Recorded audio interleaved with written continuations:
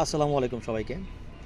আমরা অনেক সময় দেখে থাকি যে মামলায় আপনি সকালে জামিন নিলেন, সেই মামলায় আবার বিকেলেই অথবা রাতেই সেই একই মামলায় আপনাকে গ্রেফতার করলো। তাহলে এখানে ফল্টটা কি? আমাদের ভুলটা কি?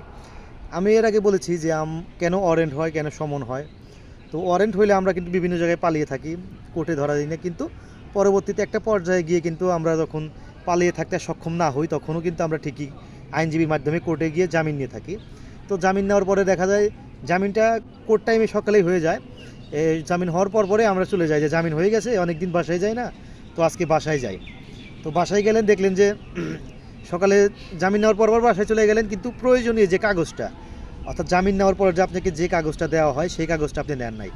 অর্থাৎ আপনি চলে গেলেন বাসায়, যে অনেক দিন বাসায় থাকি না, পালিয়েছিলাম, আজকে বাসায় মানে আর সহ্য করতে পারেন না। এতদিন পালাইয়াছিলেন সমস্যা নেই, কিন্তু জামিন নেওয়ার পরে আর এক মুহূর্ত সহ্য হয় না যে আজকেই বাড়ি চলে যাব। তো বাড়ি যাওয়ার পর বাড়ি গেলেন, দেখলেন রাতে এসে পুলিশ আপনাকে ধরলো।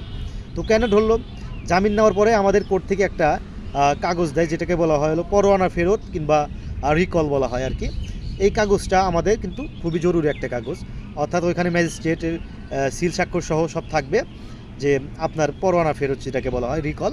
ওইটা নিয়ে কিন্তু জামিন হওয়ার পরে ওই জিনিসটা নিয়ে কিন্তু আপনার থানায় জমা দিতে হয়। অর্থাৎ ওইটা নিয়ে আপনি একটা ফটোকপি করবেন, ফটোকপি করে মূলটা থানায় জমা দিবেন, এবং যে ফটোকপি আছে ওই ফটোকপিতে রিসিভ, অর্থাৎ যে থানায় জমা দিলেন ওই ডিটি অফিসার সিল দিয়ে রিসিভ লিখে রিসিভ করে নেবে।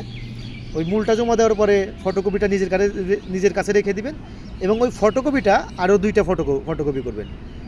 মূলটা রেখে দিবেন বাসায়, আর এক কপি আপনি যেখানে চাকরি করেন সেখানে রেখে দিবেন, আর একটা নিজের মানিব্যাগে রাখবেন, অথবা মোবাইলে ছবি তুলেও রাখতে পারেন।